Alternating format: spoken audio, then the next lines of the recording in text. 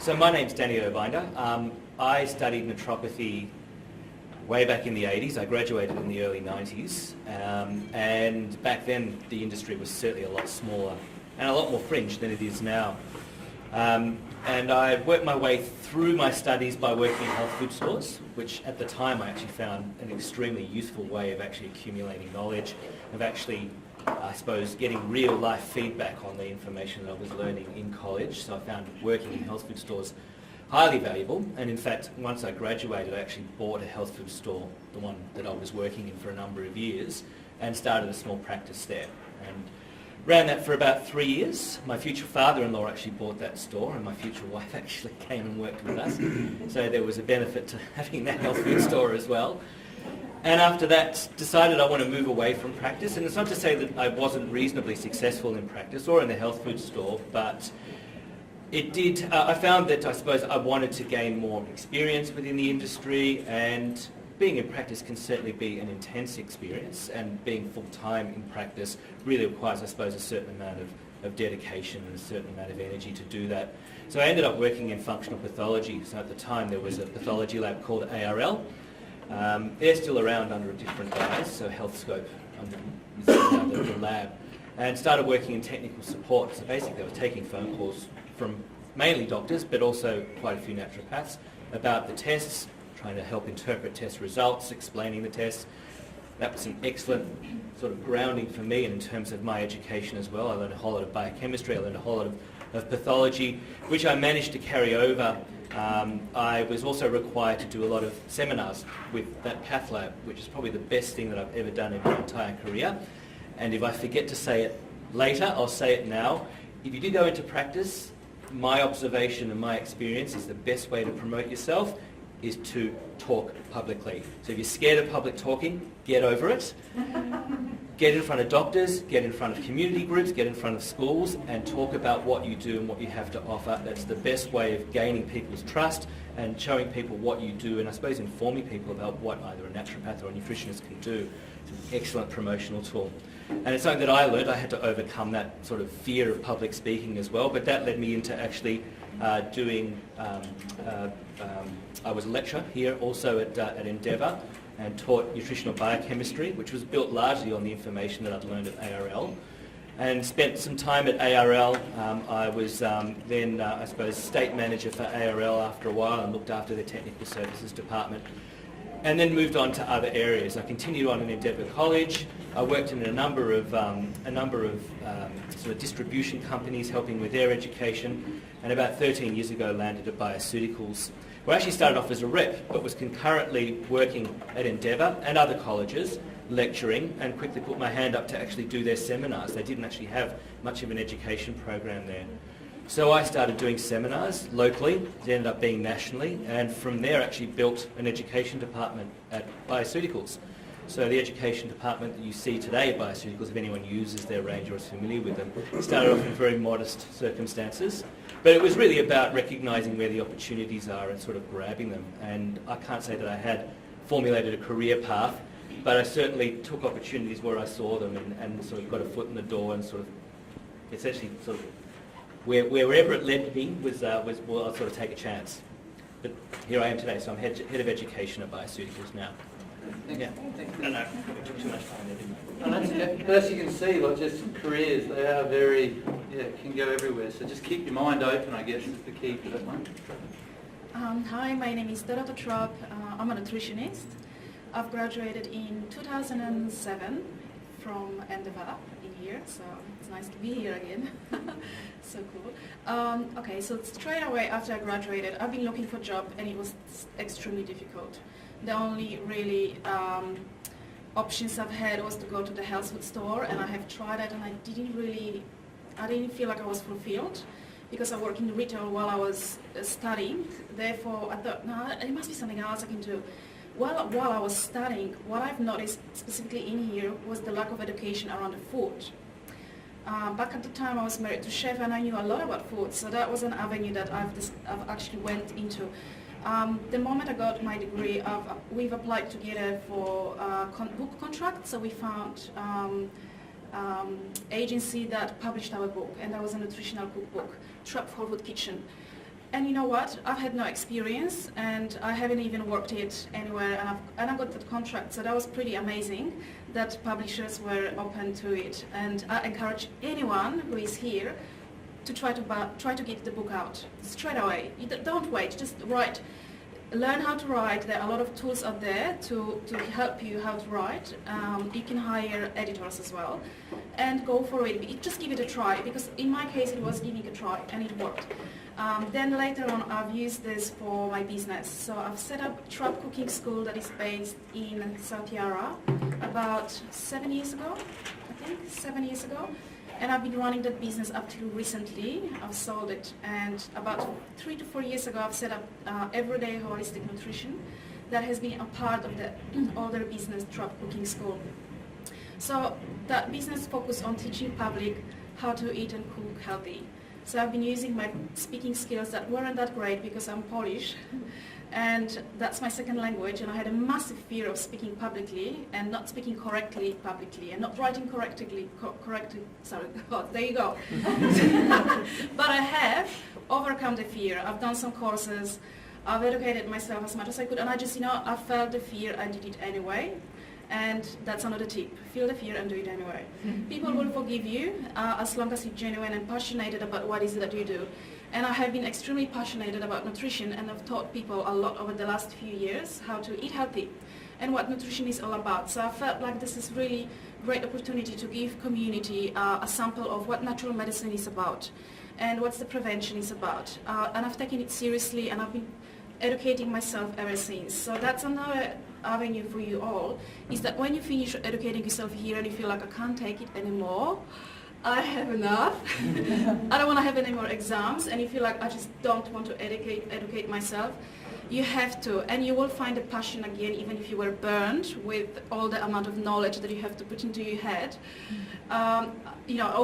Eventually I've overcome it, and I start loving learning again, and just flew around in Australia educating myself about nutrition, natural medicine, naturopathy, and I've given that knowledge to the public.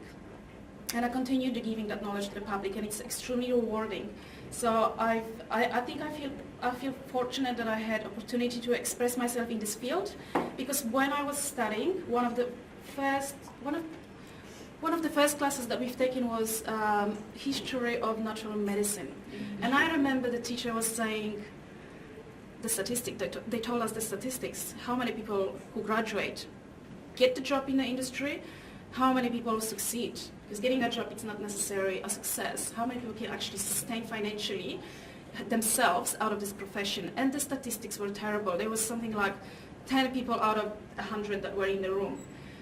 Back then I've made a decision in that room on the first year, I'm going to be one of them. There is no way I'm going to give up. And I've done everything I could have to never give up, because I had that vision back in the first year that there is no way I'm going to get off my path and do something else but nutrition and what I was studying at the time. So I think that original decision and making that goal was probably the number one tip I can give you all. Make sure you stick to your path.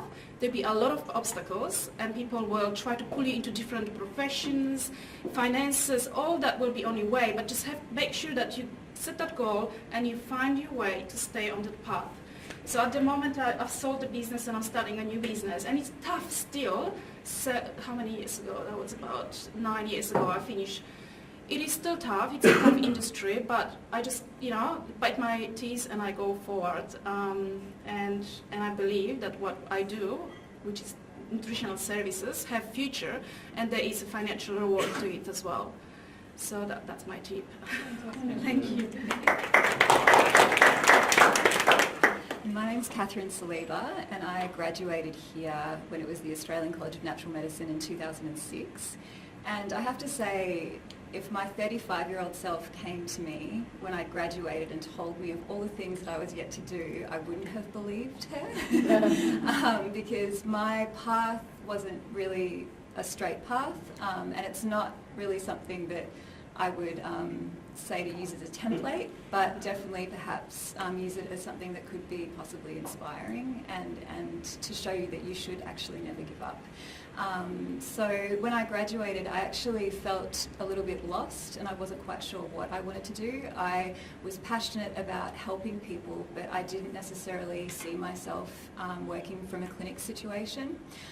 So I ended up getting a job at, well, I worked for a little bit with a friend, a naturopath friend of mine that I graduated with this thing called Health at Work. So we were helping people in offices learn more about nutrition and learn more about cooking and eating well.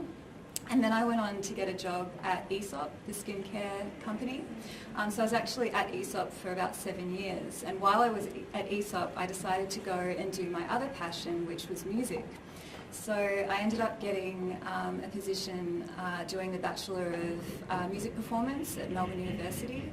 And so I did jazz improvisation while I was there and went on to do an honours year. And funnily enough, in my honours year I had to write a thesis and ended up writing a thesis using my naturopathy knowledge. And I wrote a thesis on how gastroesophageal reflux affects singers, which is quite a big problem for musicians and singers. So I brought it in there and knew that it was something that I had to do.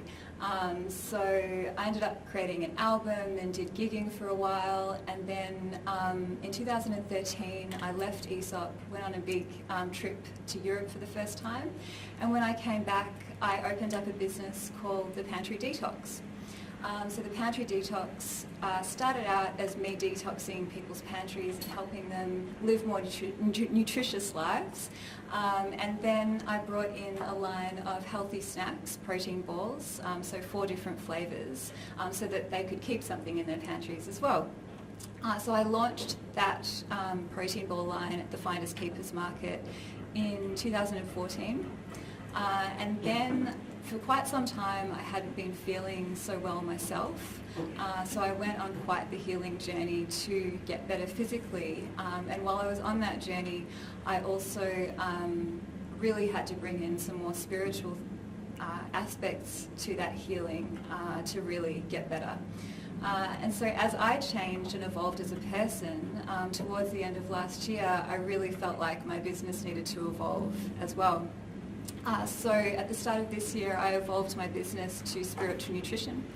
So spiritual nutrition is all about awakening intuition within, and with my product line I really had to evolve that as well. So I wanted to bring more of a multi-dimensional aspect into it. So I ended up getting permission from the Australian Bushflower Essence Company, and so I use and have made up a collection of Australian bushflower essences into each of the products to help with emotional well-being as well. So teaching people that not only can food help with your physical well-being, but you can also have that emotional well-being assistance as well. So now I run Spiritual Nutrition and I'm incredibly passionate about it. And I launched it fully at the Mind Body Spirit Festival this year in June. So yeah, as you can see, it hasn't been a straight path, but I just feel like as long as you stay true to what you really want to do and to what you're really, really passionate about, I think that's one of the main things. And sometimes you just have to let the universe figure out the how for you, but a lot of hard work and staying with what you're passionate about is really key. And you can go on quite the journey. But even things like working at Aesop for all those years has taught me so much about, managing a business. And I've brought in so many aspects to that. So yeah, it's nothing is wasted. Absolutely nothing is wasted. So thank you.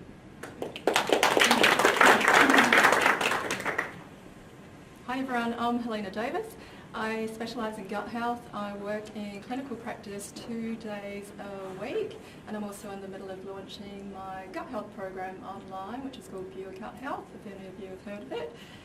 My story began when I finished my big OE overseas in London and Ireland, and I sort of came back to Melbourne. I'm from Auckland originally, and I thought, what now?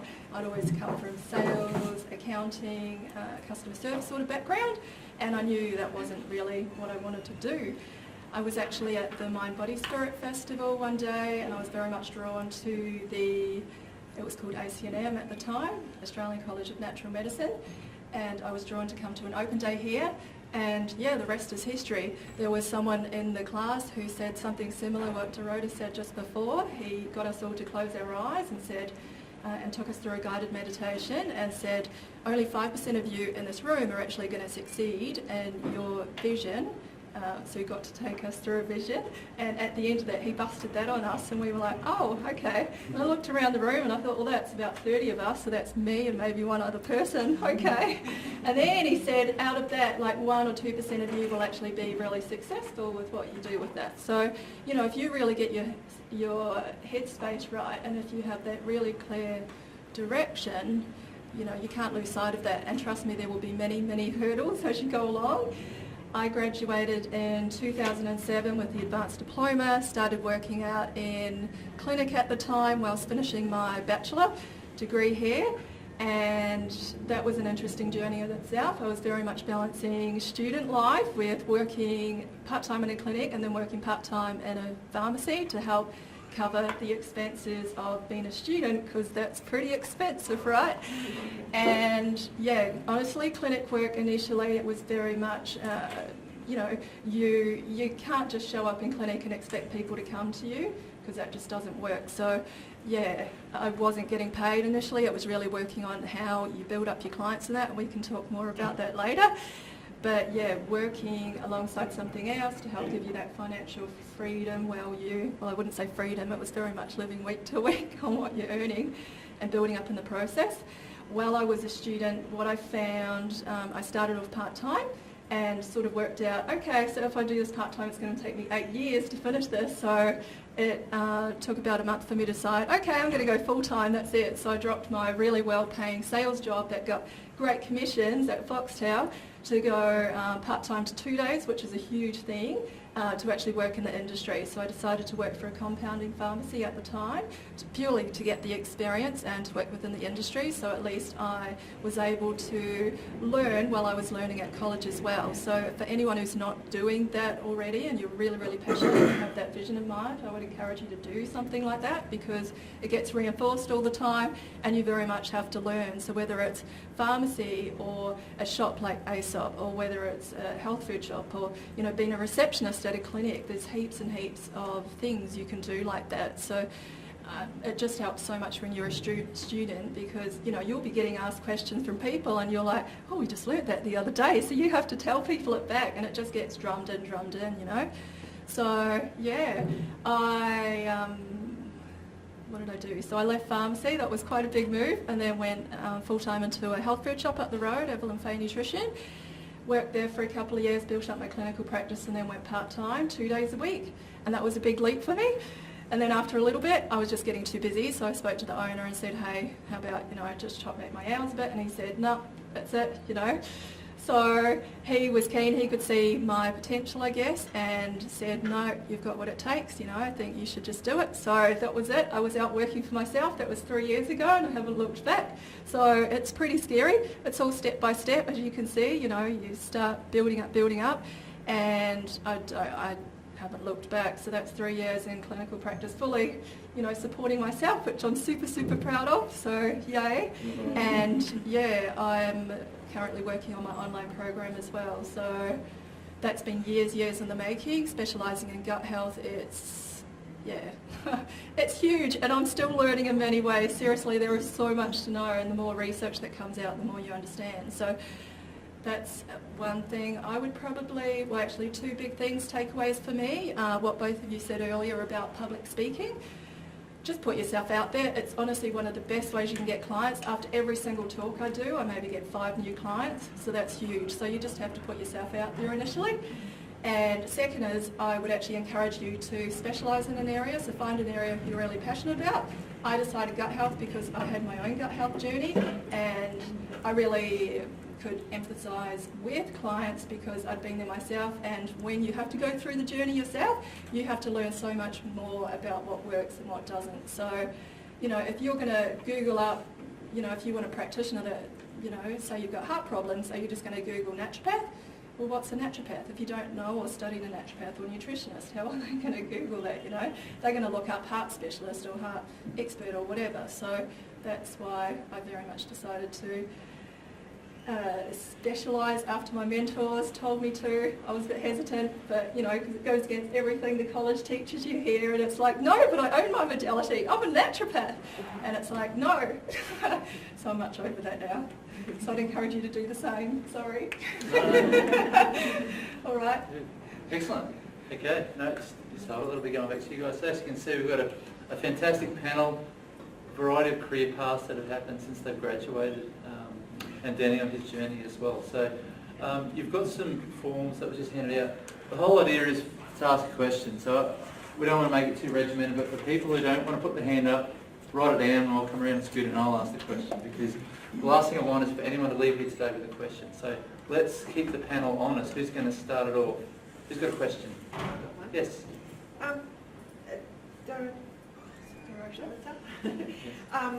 Sorry.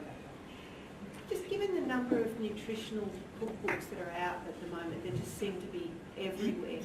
Is there a topic or an area that you would recommend avoiding or steer someone towards, like a theme or a? I believe that when someone has a good idea about a book and is passionate about a topic, sometimes you can repeat the book that someone else has written already, but it can still be successful. So it doesn't really matter about what topic it will be. Of course, you want to stay along the lines of holistic, whole food nutrition. You want to help people, and with your insight, you will find your clientele that will receive that information, even though someone else have done similar projects. So it's definitely still important to research the market. If you write a book, see what's out there and try to take a different angle. Yeah. And also research what's the most popular subject might be. Who wants to read this story? How many people can I help? And the more need is out there, the more likely your book will sell, because you're solving a problem with the book. So you have to approach the book as problem-solving material. Yeah. What's the common problem for people? At the moment, you probably know we have weight issues, but it's a very competitive market. Or gut health, it's big at the moment in media. Or maybe it's going to be genetics, which seems to be quite big at the moment within the medical community. So I think it's finding the need and then solving the need and marketing the book from that perspective. I'm solving that need, and I'm confident that there's a lot of people out there suffering from it, and they'll need it. They need that information. Just go for it. Yeah, just ask a question. You talked about having a mentor when you finished. Did you get any guidance on that, or did you just go, I'm just going to go and find my own mentor, find someone who I resonate with, or find someone who I can start with? So I'll just repeat, that was just in regards to mentoring, if anyone can hear that. I found my guys through Facebook, through some mutual friends actually. So I went along to some talks that they did. You've probably heard of them, Wellness Academy, Wellness Leadership Academy, Marcus and Andy. Incredible. So I started off doing their W Clients course. I think they've changed the name now, but amazing course. So it teaches you what the best things are to do right now. So I guess, I got in contact with them just through mutual friends, met up for a coffee, signed up for their 3-month course to W Clients. I did it in a month, so I was pretty stoked with myself. But it's, mentors, you don't necessarily need a mentor initially, I don't know. I found them very, very beneficial. It is a cost, but so is studying. So, you have to decide, I guess, do you want to do it now or do you want to do it down the track? Because I can tell you it more than paid for itself in the first month for me. So, yeah, and that led to many more things. Next. A question for Danny.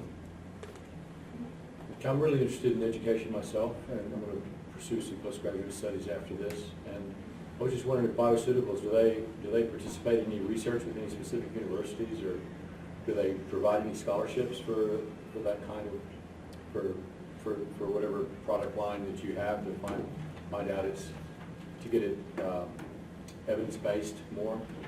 We do conduct research on our products, so we'll and they're independent, so we contact a range of universities across Australia and develop research partnerships with those groups.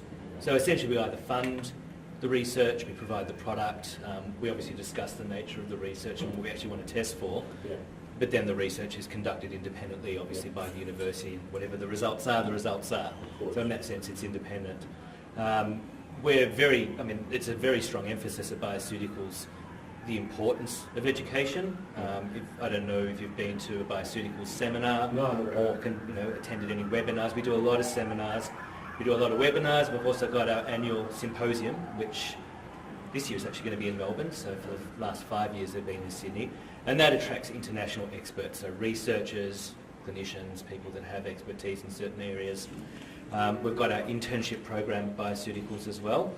That's conducted in Sydney, but it is a nationwide program, so any graduating student in their final year that's interested in seeing what goes on in the industry, and I think it's a very valuable thing, so anyone that's interested in learning about what goes on in that side of the industry can do what is essentially an 8-week internship program, and you're essentially taken through each of the departments with the prospect of creating your own product. So the idea is, if you've got a product idea, you develop that, learn about how you should be considering in terms of product development, in terms of research, in terms of validation, research, marketing, and then carrying it through to education, etc. So carrying a whole product through. So you learn about that aspect before you graduate. And in fact, we've probably hired 4 or 5 people since from that internship program who either they were at the right place at the right time and we just had positions vacant, we could see how they worked, so that was their luck as well as ours.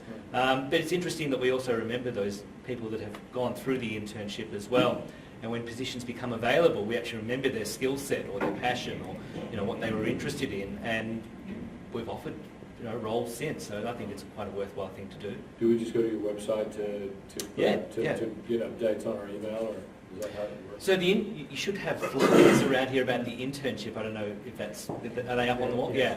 But it's also up on our website as well. Okay. Yeah. All right. Yeah. Will do, thanks. Yeah, I hope that answered your question. Yeah, you did. You covered it. Yeah, that's Okay, good. good. Catherine, I was going to ask you a question. How do you go to releasing a product? Like, what steps do you actually have to go through to produce something? There's a lot of different things that you have to think about, particularly if it's in my case it's a food product, so I had to get a registration through my local council, and then you also have to think about insurance, you've got to think about where you're going to actually make the product. For me, it was actually really fortuitous because I ended up being able to make it at home, so I had my kitchen approved there. But if you can't do that, then you've got to consider a commercial kitchen. And then what else? Like getting the product tested, like lab tested as well. I'm talking about a food product. Yeah. Is that all right? Yeah, absolutely. Yeah. So lab tested, and then getting all the nutritionals done on the product, and then figuring out things like shipping, how you're going to launch it. There's a lot of things. Packaging, a lot of things to think about. Trademark if you want to do that, and also there's a huge list. And I really just learnt as I went and looked at what I guess other people were doing and looked at other packaging, and just sort of seeing, okay, well they've got a barcode on that, they've got a nutritional panel, and then asking, say, people that I knew about, okay, do you know a lab that I can go to?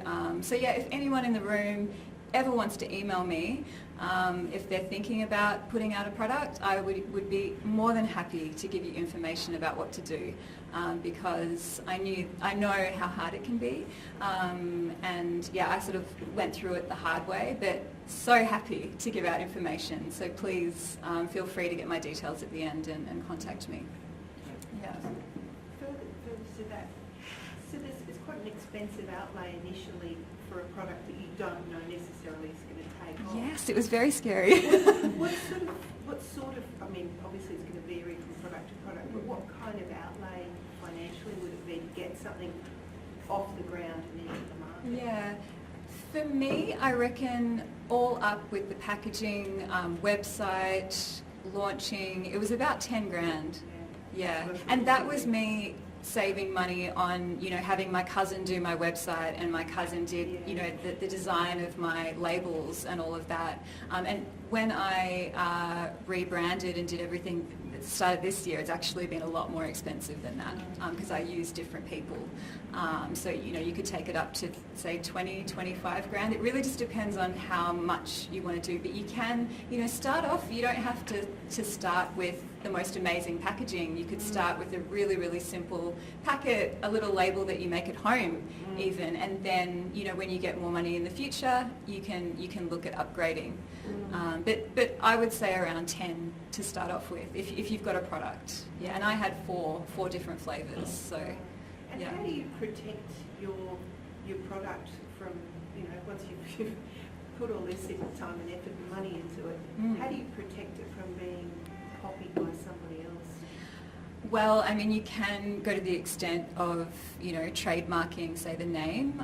In terms of, like, my product, like a protein ball, I mean, there's heaps of different protein balls out there. So sometimes you just actually have to know that whatever you create is always going to be different to everyone else. Even though there are a million different protein balls out there, I'm not actually worried about any of those because I know that what I have is me. It's from me, so it's different. But when it comes to, say, maybe a name, if it's got a particular name or if it's got like something that's very, very different to everyone else, you might want to consider like patenting or trademarking that. Yeah. Yeah, like I trademarked spiritual nutrition recently, so yeah. Yes, question. I've got a question for Danny. Danny, how could I improve or further my education on nutritional biochemistry, just following this degree? Well, I mean, short of studying biochemistry. Yeah. Well, so I mean, I didn't take that road. I took that. I didn't know I was interested in nutritional biochemistry. Obviously, I went through my naturopathy degree and found myself in pathology, and very quickly had to learn it. So I found that I was reading their manual, I was studying their tests, and then talking about it day to day. I think if you're interested in that area and you naturally gravitate to that topic and you start exploring it yourself, incorporating it into how you practice and how you sort of approach nutrition, because it is a particular approach, that you sort of naturally start to absorb it. Eventually in time, I think, if you've got an area of study that you'd like to pursue because you think that will take you down a certain road, that's a good thing. I think you need to sort of have a passion, genuine interest for it, just sort of absorb it. I don't know how I got there. But I found that I just started incorporating it in everything that I was doing, and I was just looking to the biochemistry whenever I wanted to understand something nutritionally. So would you think that you need more than what they offer at this uni in nutritional biochemistry? Well, it depends what you want to do. I like integrating it into my practice, Yeah. and it's something I generally have an interest in. I kind of feel like I don't know enough. Yeah, well, you never do. Yeah, okay. You never do. And the science is exploding, so unless you're busy staying on top of all the research that's coming out daily, then it really is a catch-up process. I think that I'm thinking back to when I was in practice, or that if you were interested in biochemistry, nutritional biochemistry, and you started doing your own reading and you started to sort of work your own explanations based on that you'll develop your body of knowledge. If you went and did biochemistry, that's a whole other area of study in itself, and it doesn't necessarily integrate with nutrition. It's not designed necessarily for nutritionists as we practice. It's certainly useful, and it's certainly a great body of knowledge. I don't really know how to answer that, because I don't think that the way the nutritionist practices, there's necessarily a biochemistry course available that would fit that in. Because what you're talking about is what happens to food after you eat it in your body. And biochemists don't really think like that.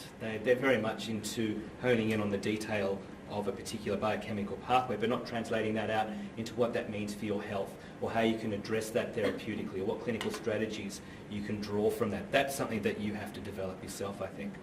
And you'd go online and you look at courses and other people that... So does the educational department of bioceuticals offer that sort of background when they're, I mean, I haven't looked at it recently, but is that sort of the line of education that you offer there? We're very nutritionally biochemistry focused. Yeah, so certainly, yeah. So, yeah, have a look, yeah, absolutely. And look, we've got webinars online and recordings of our seminars, and you notice a lot of what we talk about is steeped in that biochemistry. Yeah. Yeah. Great, thank you. Okay, who's next? And then question. Yes. Dorota, Yep. how did you make your cooking program educational or nutrition? Like, how did you combine that? Did you say you made a cooking program also? So I've been running cooking school, which is a physical property that fits about 14 students in, and I offer 6 to 3 hours cooking classes. So anyone from the public can book in through the website and choose different topics. There were about 40 different classes, and maybe 10 were nutritional oriented. Okay. So I would be talking about nutrition and health to my students. So I do a few different things. So I would do presentations for maybe an hour out of 3 or an hour out of 6 hours, and then they learn a hands-on component of how to prepare and cook this food. So I've chosen the recipes. I've given them information regards how it actually behaves in the body, what's happened to the food when you digest it, what kind of diet is best for you. Does that answer your questions? Yes. I'm also working on online protocols or online education that I can sell online, but in terms of delivering it to the public, it was in a hands-on format, which I found when I was studying in here was something that was missing, because we learn about the food, we learn about biochemistry, we learn about the health, but we just don't know how we're going to put it together. And for me, it was a bit of a trial and error, and I needed to update myself and educate myself in that area from other leaders in the industry of how actually how can I translate that knowledge into the public? How can I make them feel passionate about improving their diet, with understanding what this food does to you, 3 times a day when you consume something. Yeah, so you had like 1 hour of kind of lecturing there? Yeah, so I would present in a very unstructured format. I've had my notes, and they've always been given notes, but whatever I've been learning on the way, I've always incorporated into my public talks as well. So they do get a actual notes that they can learn from, and with references. And then I would always give them more, because you learn, month by month, you have more knowledge, and you build your body of knowledge over the years, which is priceless. And you want to translate that, you want to give it back to the public, because you are becoming more interesting year by year by absorbing all this knowledge. Yeah. Yeah. Thank you. How did you go about the process of finding the space to offer these classes? First, it was about finding a physical property and having the idea. So take a time to get your idea. Now I'm building the second business, so I'm taking a time to figure out how it's going to work. Because I remember that you can have all those dreams, but you've got to make them reality. And for me and my business partner, it was about finding the physical property and actually making that property look good. Getting the license, getting the permissions, because we were teaching, serving the food, and serving alcohol as well. Because it's not just health food classes that my business partner has run different cooking classes. So there was a component of alcohol as well, which not necessarily goes along with health food classes, but you could separate this. So finding the physical property was number one, and investing money, which pretty much what the lady was saying in here, you've got to have a capital for that. So we did have a capital for that. And look, I've developed 100,000 skills in the process of doing this business. I've become a food photographer, event photographer, PR person, website developer, and everything really. You clean your toilets and you go and speak to the public. You have to do it. You have to do it. It's a process of becoming a business person. You have to do it all with your hands, and then you slowly learn to delegate it to others, and you take less responsibility, and you become more skillful in actually just going into one area, which Helena was saying. I've decided to specialize, because I remember the conversation we've had a few years ago. I was saying, like, how do you see patients and you have 20 different conditions to attend in 1 week? Like, that takes a lot of time to create a research and give the research back to your client. So specializing is important in narrowing the knowledge. So this will happen gradually. On the beginning, you might have to throw yourself and do everything, see what works, and then slowly you will narrow yourself. I mean, unless you get a good mentor and someone advises you how to do it, I've been on for a pathway to find the mentors along the way to help me to navigate in the business area, because we just don't have the skills. And I think that's number one. So now when you study, go into business courses, go and just learn about the business, because that's what it's going to come down to, is the business. First I started doing free webinars of Brian Tracy, which is a business mentor, available to the public. So maybe try researching him, Brian Tracy. He will offer a lot of knowledge for free. And then finding someone who maybe guides you one-on-one is extremely important, because you cut on time. So physical properties first, find that and try to set yourself into space. And then you have to learn marketing, managing the money. Oh God, it's so much into it. That it takes you more time to focus on those. It's 80% of your time will go into business. 20% of the time will go into your nutritional, naturopathic development, and you will love this time, because you'll be like, oh, finally I'm doing what I'm supposed to do. I'm learning and giving to the public what I'm supposed to do. But actually that's maybe, in my case, was 20% of what I was doing, and I was fighting with my business partner to actually have the time to do it, because I could have spent 100% of the time just running the business and doing everything around the business. So you have to have that mentor will get you into the right path. They will say, no, you can't do it, delegate it, delegate it, delegate it. Yeah, so that's important. If you don't delegate it, you're probably not going to succeed in what you want to do, because you're going to be busy.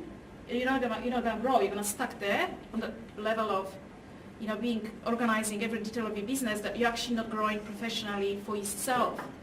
That's what I found was sometimes limiting when I was doing, 100 different things. And I had to have people come into my life and say, you shouldn't be doing this. You have to delegate it.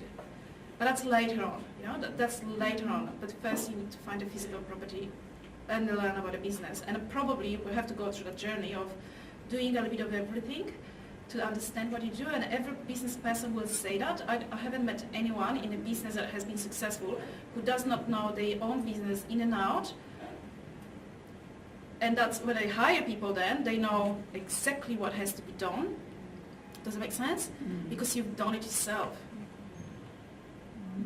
Yeah. Can I just add to those points? So, just out of interest, how many people are planning on going into clinic to practice?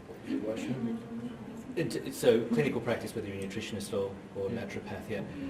So, I was in practice for a while, but that certainly wasn't the bulk of my career, but I've certainly been in touch with a lot of successful practitioners.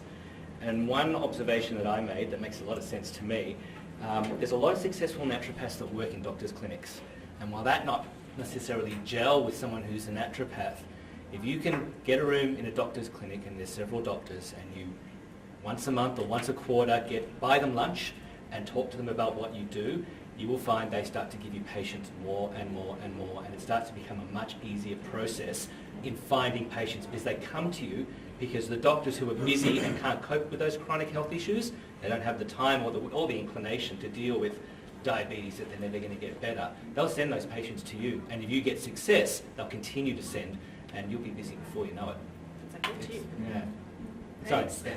Yeah, just off the back of that sort of question, I was just wondering, with working, I guess, in a similar practice or in the same practice as doctors, does there then become sort of a pressure to be more of a more green allopathic sort of? No, not at all. In fact, you're making doctors become more holistic. Yeah, so doctors send people to you because they know that you're holistic and you do what you do. They'll leave you alone unless there is something that obviously requires medical attention. Yeah. But I can't emphasize enough, especially now because doctors are more and more starting to recognize this idea of complementary or integrated medicine. They're embracing it. Some of them will do it, try and do it themselves. Others will be successful, some not so successful. If you can get into a clinic and just give them lunch once a quarter, talk to them about a health issue, gut health, autoimmunity, whatever it is, from the perspective of a naturopath and what you really do and what you can offer, you'll eventually get their trust, and they will send people over to you, because they just throw their hands up. They don't know what to do with these patients. And They're lost. A perfect example of that is the NIM clinic in Hawthorne, the integrated medicine clinic, where they have naturopaths and doctors, and they're fantastic. Yeah. What's it called, sorry? The NIM clinic, NIIM. Okay. Yeah, on Burwood Road in Hawthorne. Okay, good. Learn to speak to doctors. It's really important. Yeah. Because they're not going away. Yeah. We No, need no, them. that's- So, yeah, we need to have a just- conversation with them. Yeah. Yeah, great. Thank you. Helena, I want to ask you, love the way you talked about your career building, then you took that big step. How did you go about building the clients over time? So initially working in the health food shop, I relied on talking to people in the shop to get my clientele in. That wasn't quite enough because when people come into a health food shop, they want the answers on the floor. They don't want to necessarily pay for a consultation. So that was the first way. It was very, very slow in the process. I'd encourage you not to do that. It just takes too long. You know, we're not here for a long time. So, you know, if you want to speedy it up, then what I did was, you know, started doing videos, started doing public talks. That was when I got my mentors on board and things just took a whole different direction. So yeah, sort of went from maybe 5 a week, you know, when I was 2 days working in the shop, to, you know, maybe 20, 25 a week, you know, and it can happen pretty quickly if you know, have the right target audience, because you may be awesome at what you do and you may be the best at whatever, but, you know, if you don't get your word out there, if no one knows you exist, well, what are you doing?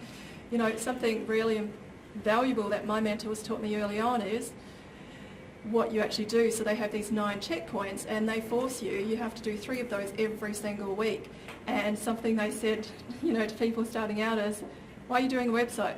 There's no point, you know, if you don't have clients now, your clinic days, you need to be getting out there and finding clinics. You need to be out there on the street introducing yourself. You need to introduce yourself to shop owners, you know, make yourself known. You need to pick up the phone and ring referral partners. So, you know, as a naturopath, I rang other nutritionists, osteopaths, and you know, you pick your radius area from, you know, maybe 2 Ks because I work in the city.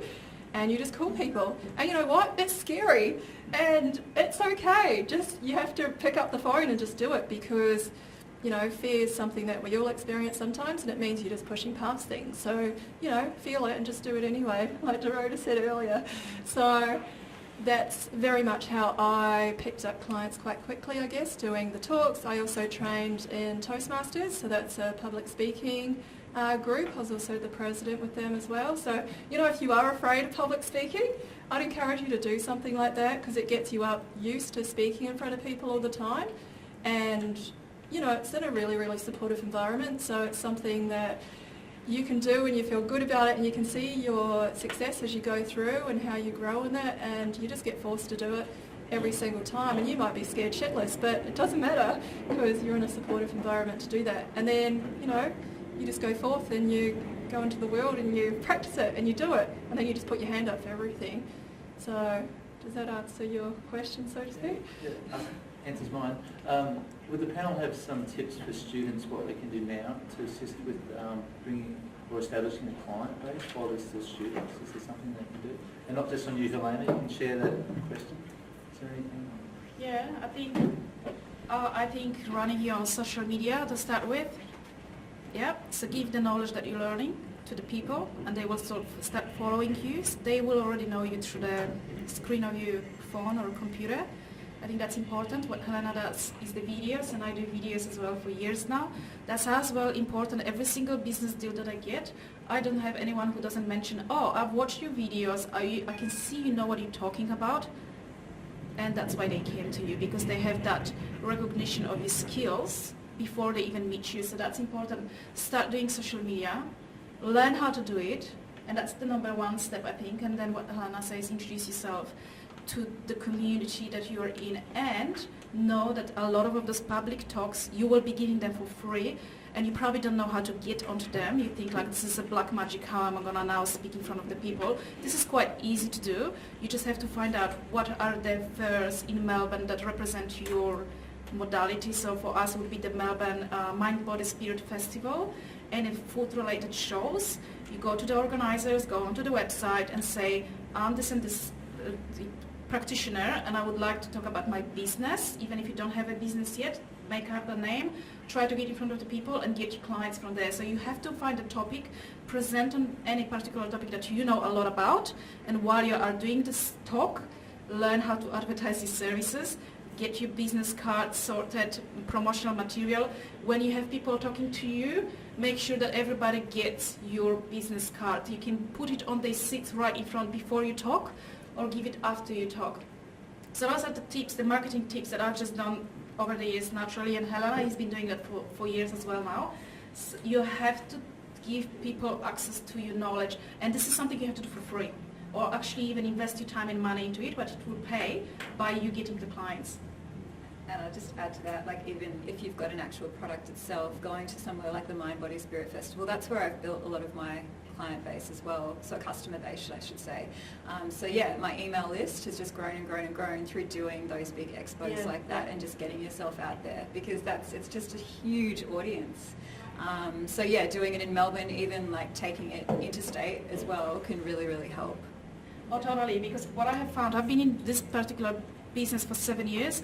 What I have found, Mind, Body, Spirit Festival, the last time I've been there, I've given up, because I thought, I've known personally all those people by now. There's no one else, there's few people that I can convert, because I've already met all of them so many times. So taking it then to Sydney, taking it to other places in Australia would be the second stage, really. Yeah. And then also, like if you've got a product, not being afraid to go into shops. Like just these past few months, I've just been taking sample bags into different stores and talking about my product to people and trying to get more stockists. And even if they don't end up taking it, at least I've gotten it out there, at least they've tasted it, at least I've talked about it and who I am and what I do. So yeah, it's scary. And it's, it takes up a lot of time, and it does also take up money because you're giving away product, but it definitely, there's a return there. Yeah. Sorry, do you use a distribution company?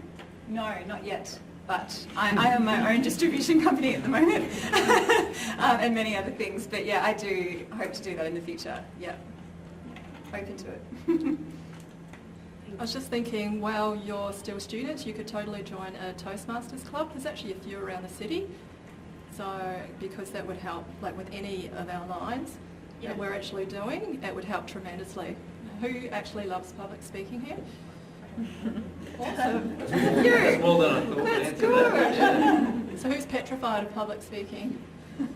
Yeah. And is it something you see yourself doing, like in the future, like, yeah? Is there one in Camberwell Way? Oh, they're all over the place. So if you just jump online, and they're pretty cheap, because I know as a student, things are tight. Yeah. Oh, yeah. They're a non-profit, is that what you call it? Non-profit club, but yeah, I think it's maybe $60 for 6 months or something membership, and each club meets on different times. So you've just got to find the right one for you. But in a way, I wish I'd done it earlier and that someone had told me that, so there you go. And also, something I learned from my mentors, please don't focus on building a website first. Well, it depends, I guess, on what you're doing, but if your goal, I know there were a few of you that stuck your hand up to do clinic, is a website building going to get your clients in through the door? No. Short answer. You can do that later, but it takes ages to target someone via a website, and you're better off actually getting off your ass, meeting doctors, ringing doctors. I've rang many doctors, and I've got some great referral partners now because I got off my ass and did that though. I've met all the shop owners around. It's about doing things that are going to initially build up your client base, and doing videos, and you know what, it's scary, and that's okay because it just means you're pushing through, so do it. Whatever you're the most scared about is what you have to do. Yeah, that's true. Yeah. Danny, do you have something to add? I was just going to say on the public speaking side of things, so I think public speaking for most people is a bit of a petrifying notion. And just to relay my experience, when I started working at ARL, that was a while ago now. I had no experience in public speaking. I was thrown out into the deep end. You're going to be talking about whatever tests we do. And the first talk that I actually did was at a Rotary Club in Phillip Island. It was probably half a dozen old ladies wanting to know about some tests that were later. And I was petrified. And I think I mumbled my way through half-hour talk. And that fear, in my mind, I thought, okay, look, I'm going to have to overcome this because this is now part of my job. And it was, I don't know, there's some sort of psychological trigger that I'd sort of initiated myself to sort of work through public speaking, but it was the best thing that I'd ever done. because that was the road, and we've also emphasised the importance of getting in front of people and talking to them. I entered the world of education. I started studying it. I started teaching at Endeavour College, as well as other colleges as well, and got into education in bioceuticals, starting with I'll do the seminars. So there is some sort of psychological switch that you can turn internally, and the more you do it, the more confident you get at it, and that unconscious mind starts to think, well, this is just something like I do as I tie my shoes and I make myself breakfast, and whatever I do for work, I also do public speaking. It is something that you can turn around the more that you do it. I think it's the best thing you could do. I might just add that naturally we are not inclined to speak publicly because we are researchers and we spend a lot of time alone learning. So for us it's even harder to get ourselves out there in front of people and open up.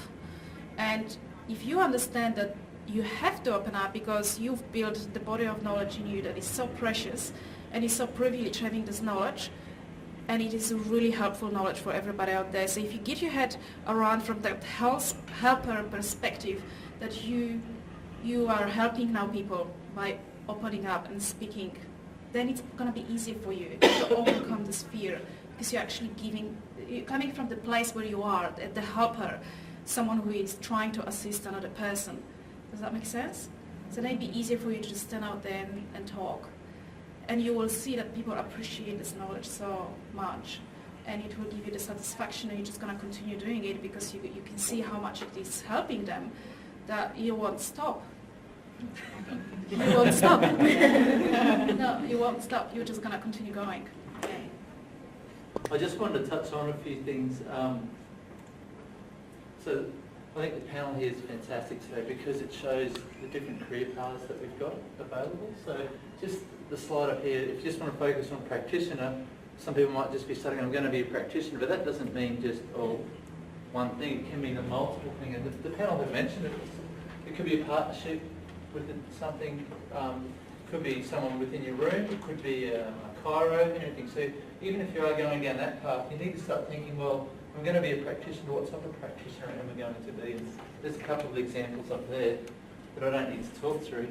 And then just career opportunities. So we just talked about practitioner, but you can also think of entrepreneur, and I can definitely point to the panel to say, well, the product side of things, we've got Catherine, product development, tech support, practitioner, educator, that's bioceuticals, that's Danny, but that's, bioceuticals are a fantastic company, and that the program you're talking about before, some of our graduates, I've talked to them and I've actually gone and interviewed them since they've completed the internship and gone working there. So they're great. But there's other companies as well that you need to do your research to find out what else is available.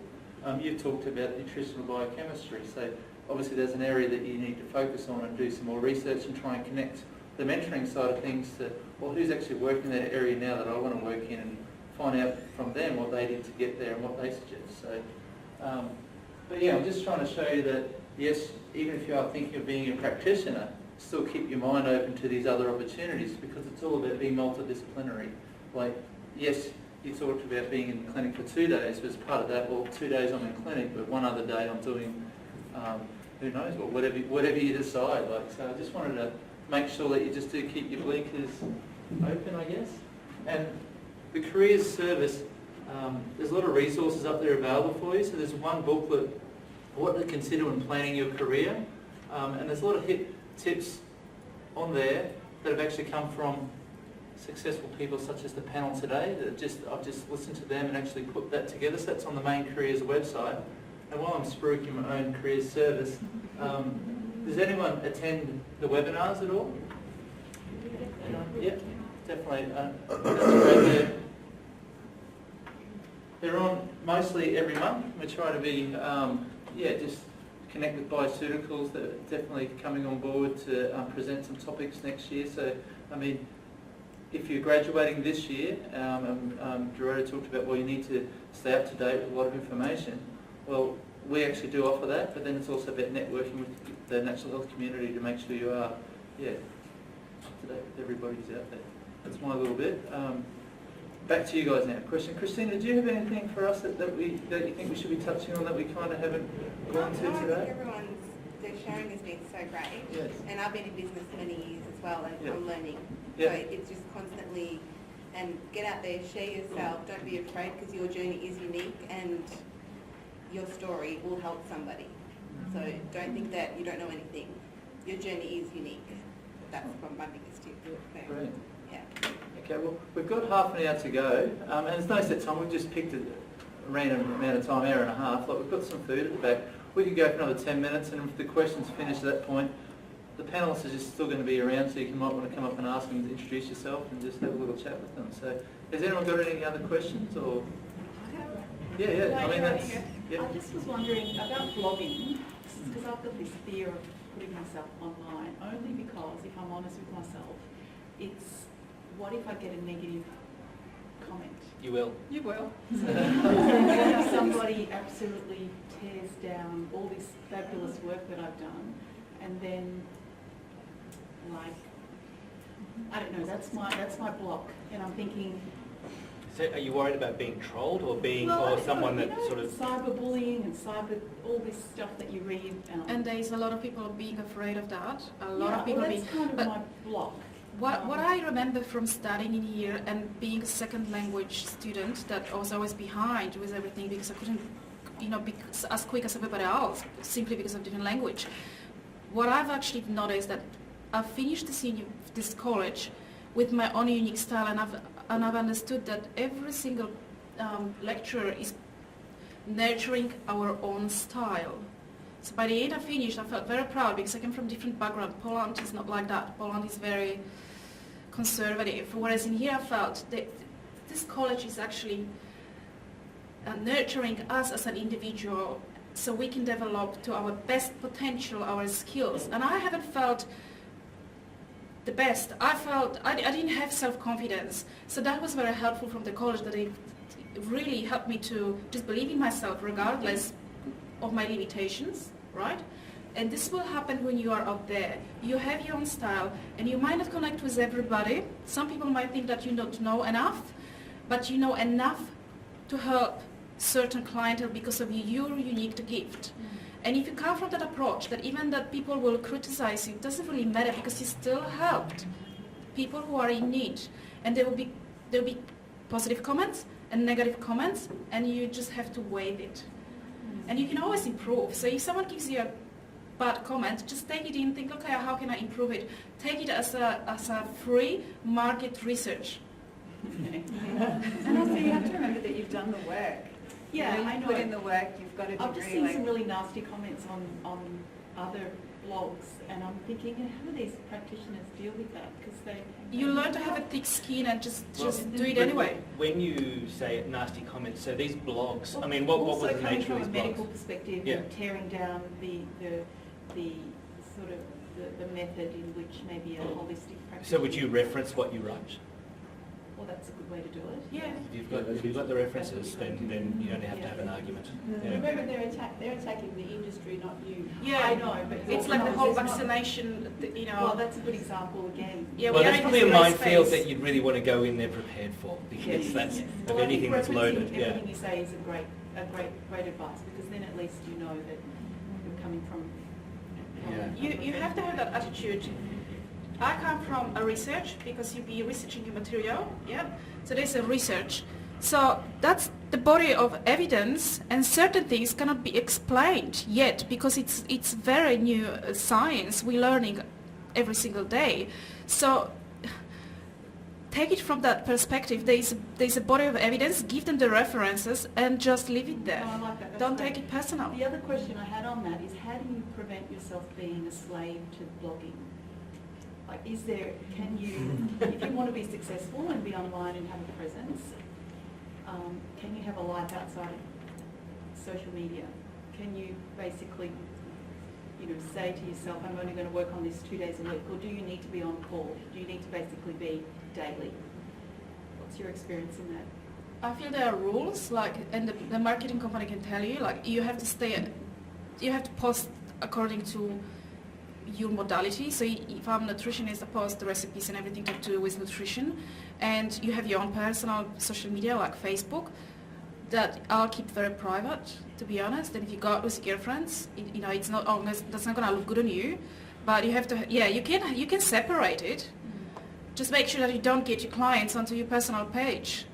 And then, you know what I mean? Like you Yeah. focus on posting on social media only naturopathy, nutrition, gut health, your products, and And you can also, you can time, like you can actually schedule. schedule it. You can prepare it ahead and schedule it so it comes out without you doing anything. So you're not doing it every single day, and you can have that balance. So once a month you can schedule everything for the next month, or you can even schedule it for 2 months ahead, so that you're not And I think constantly doing it. Helena did that. She's outsourced it to someone, so you give people your material and they post it for you. That's another way to do it. Okay. I think I have to educate myself on. There are certain apps that you can use and companies, yeah. You definitely do a lot of research, like be consistent. Like if you're going to put something out, make your decision. And I know that's what you're trying to gauge is how often you need to do it. But once you make your decision, is it going to be weekly, fortnightly? Because you've got to think of if you're creating a business, as Dorota said, well, that can take up so much of your time. So you just got to be mindful of, because your best skills is actually treating people. So you've got to be careful with what you do and how you balance it. But consistency. So people, oh, okay, we're going to get another. They get used to actually seeing it. Yeah. Okay. Thank you. I think it's about setting, sorry, it's about setting guidelines for yourself as well. So this is one thing. If you do work for yourself, that's one of the best things, is that you get to work your own hours, but it's also one of the worst things you can do because you get to work your own hours. So, you have to really create that balance for yourself as well. So, I mean, initially I used to work way too many hours, it was ridiculous, and I had to set guidelines. So, with something like that, you set guidelines, you say, okay, I'm going to post, X amount of days a week or whatever you want to do, and you stick to it, because otherwise you will get burnt out and you will end up hating the industry, and you'll be like, why am I doing this? All these annoying people keep on contacting me and I'm not getting anything in return, and it's like banging your head against the wall. So really setting yourself guidelines, and just because someone messages you at 9 p.m. at night doesn't mean you need to reply to them straight away. You're clocked on from a certain time. If you do it through Facebook, you don't need to necessarily have your page notifications coming through to your personal phone or anything like that as well. So it's just about setting things up so that they don't necessarily, interfere with your personal life as well, because you need that time. You need your personal time to balance and to be. Otherwise, what's life for? And because then you can be better at, whether you're in practice, whether you're product development, speaking, whatever, because you need that energy to be able to give back to other people as well. And just to answer your question about people as well, we meet people in life. You just don't like some people and you really like most people, and it's a bit like that online too. Like some people just don't like you, they don't know why necessarily, and that's okay. Like I've had people personally attack me, not that many, but you know what, you can just block them as well, and the first one's always the worst, and then you just move on and you just go whatever. And I got taught very early on to, as soon as that happens, because you start feeling like shit and then your energy comes down and then you start attracting other things like that too. And I got taught, just read through really quickly some positive reviews you've had, whether it's 6 or 10 or whatever, and you'll be focusing on those again, and you'll think, okay, so for however many people I reach, whether it's 99% or whatever that are really super grateful for what you do and all the positive comments, why do you focus on that 1%? Because that's what we do, that little negative comment. So, you can delete it or just choose to ignore it, but the first one's always the worst, and it's going to happen. Yeah. It does. I've had lots. I just want to say the Career Service hosts the different webinars during the year, and we always do something on Facebook or LinkedIn. We did a branding one about 2 months ago, so they're always recorded on the Careers website. So again, webinar recordings, this one's social media, and if I just scroll down, the last ones we've done the last couple of years is LinkedIn Masterclass, Mastering Facebook for Business, how to create a successful blog, how to make social media work for you. So there's a number there. It's just a matter of reading it. And again, what someone says in one of those might not be relevant for you, and you might not agree with it, but it's just more information to see what works for you. So. We are being recommended to pick a specialty now, so I just wondered if you had sort of a brainstorm of different areas that would be a good place to start considering as students might create a successful career. I think autoimmunity is a big area. It's growing and growing. It's scary. What You was can that? even jump Sorry, on Daniel. Autoimmunity. I think that's What can you say, sir? Auto. autoimmunity. exponentially, and we need to address it. We find that it attracts a lot of people. There's a lot of autoimmune disease out there now as well. Yeah. And just think about whatever you've been through personally, like what's your true thing, what have you gone through? It might not be anything, I don't know, but if it's not, then, you know, jump online and check what else there is as well. You know, I reckon if and anyone's got very pain as well. specialised pain. Pain, Pain's if you can huge. manage pain, you've got, Yeah, you've got- pain, and there's yeah. different types of pain too, like you might be a specialist in a certain type of pain. Yeah. Our statistic shows that weight loss is going to be an issue, and diabetes, weight loss and diabetes, statistically it's still growing, and it's not, it's gonna take, it's a burden on health systems, so that's probably something that you can definitely, although there is a lot of competition, I feel there'd be a lot of need for practitioners to slim people down and deal with the diabetes still. Among the fashionable topics at the moment as gut health or even autoimmunity, really when you look at the statistics, the weight loss is, weight gain is it's enormous. And that's what we are really, as a nutritionist specifically, we're trained in that. As we come to a close, too, I just want to, a lot of it is about networking, like when you take your next step, where you're going to start, who you're going to network with. Has anyone been on the jobs board, Deborah's jobs board? Put your hands, okay? No, so we've got sorry, I didn't mean to stop you. Yeah, okay, so we've got a few people. The jobs board, we've actually got employers seeking both our alumni and some of our current students just to do different jobs throughout the year. So just before I came here in the last couple of months, and the jobs board is national, so I just went on for nutritionists, but this would be the same for naturopathy, of course, like nutritionist assistant, corporate nutritionist, nutrition intern, medical nutritionist. There's a social media and content creator, natural health writer. So that's just on our jobs board, people coming, and that might not necessarily always be in Melbourne, but we just got to, if you're thinking, oh, how am I going to network with people? Have a look at who these people are, write them on a list, and in a year's time you could have 20 people written on a list of who you can actually contact. There's a starting point. So don't just think, oh, who do I have to create? Who do I have to contact? Like, there's people actually coming towards you, so be open to it. Okay. I think we're at the point of, I'm just going to ask the panellists one last question because we're at that time.